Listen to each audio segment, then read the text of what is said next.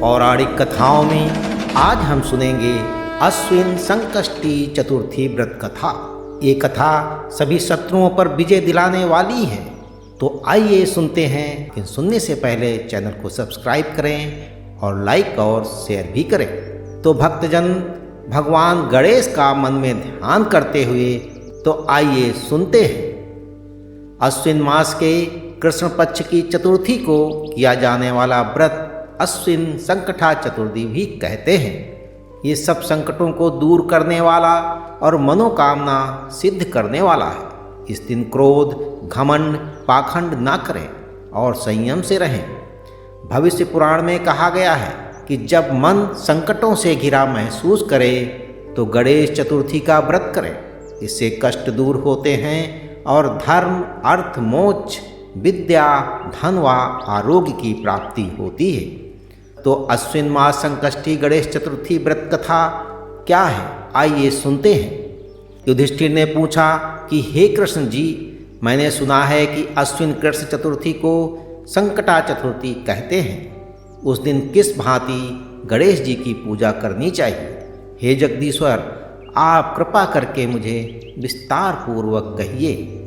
श्री कृष्ण जी ने उत्तर में कहा कि प्राचीन काल में यही प्रश्न पार्वती जी ने गणेश जी से किया था कि हे देव, अश्विन मास में किस प्रकार गणेश जी की पूजा की जाती है, उसके करने का क्या फल होता है, मेरी जानने की इच्छा है। ये सुनकर गणेश जी ने कहा, हे माता, सिद्धि की कामना रखने वाले व्यक्ति को चाहिए कि अश्विन मास में कृष्ण नामक गणेश की पूजा विधि विधान से करें। इस दिन भोजन ना करें और क्रोध, पाखंड, लोभ आदि का परित्याग कर गणेश जी के स्वरूप का ध्यान करते हुए भोजन करें। अश्विन कृष्ण चतुर्थी का व्रत संकट नाशक है। इस दिन हल्दी और दूब का हवन करने से सप्तद्वीप वाली पृथ्वी का राज प्राप्त होता है। एक समय की बात है कि वाड़ासुर की कन्या उषा ने सुषुप्तावस्था में अनिरुद्ध का स्वप्न देखा। अनिरुद्ध के विरह से वो इतनी कामासक्त हो गई कि चित्त को किसी भी प्रकार से शांति नहीं मिल रही थी। उसने अपनी सहेली चित्रलेखा से त्रिभुवन के संपूर्ण प्राणियों के चित्र बनवाए। जब चित्र में अनिरुद्ध को देखा तो कहा कि मैंने इसी व्यक्ति को स्वप्न में देखा था और इसी के साथ मेरा पाणी ग्रहण भी हुआ था। हे सखी, यह व्यक्ति जहाँ कहीं भी मिल सके ढूंढ लाओ, अन्यथा इसके वियोग में मैं अपने प्राण छोड़ दूंगी। अपनी सखी की बात सुनकर चित्रलेखा अनेक स्थानों में खोज करती हुई द्वारकापुरी में आ पहुंची। वहां अनिरुद्ध को पहचान कर उसने उसका अपहरण कर लिया। वो राक्षसी माया जानने वाली थी। रात्रि में पलंग सहित अनिरुद्ध को उठाकर वो गोधूली बेला में वाड़ासुर की नगरी में प्रविष्ट हुई। इधर प्रधुम को पुत्र शोक के कारण असाध्य रोग से ग्रसित होना पड़ा। अपने पुत्र प्रधुम एवं पौत्र अनिरुद्ध की घटना से कृष्ण जी भी विकल हो उठे। रुक्मणी भी पौत्र के दुख से दुखी होकर बिलखने लगी।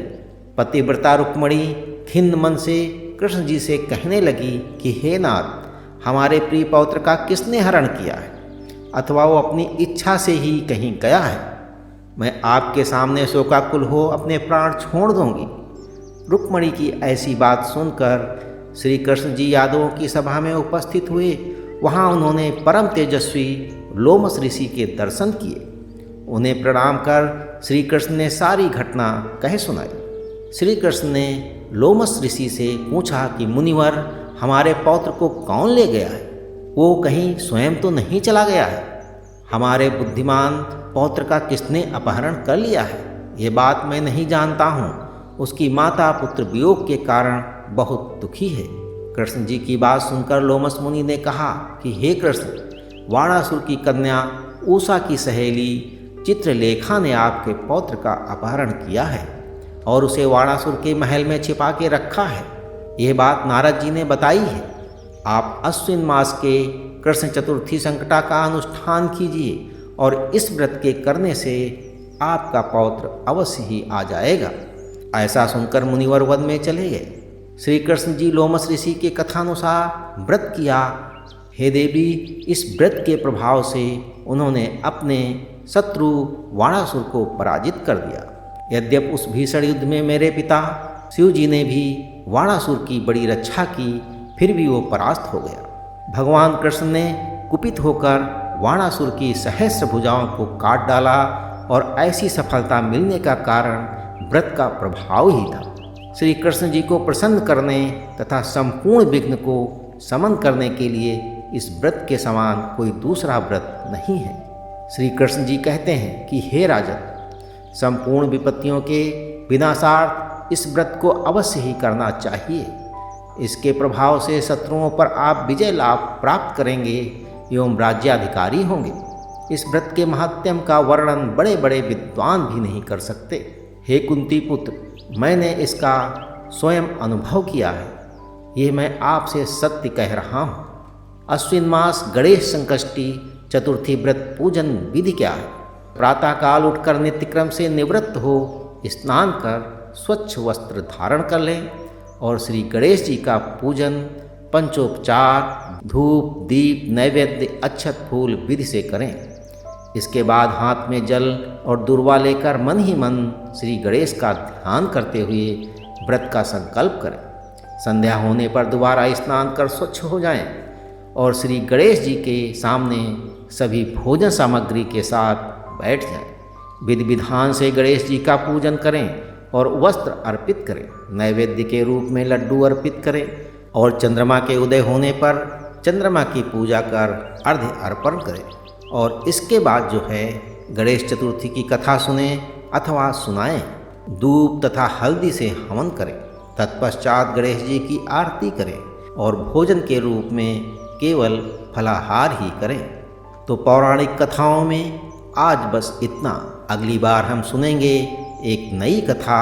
तब तक के लिए ईश्वर की सभी शुभकामनाएं आपके साथ बनी रहें।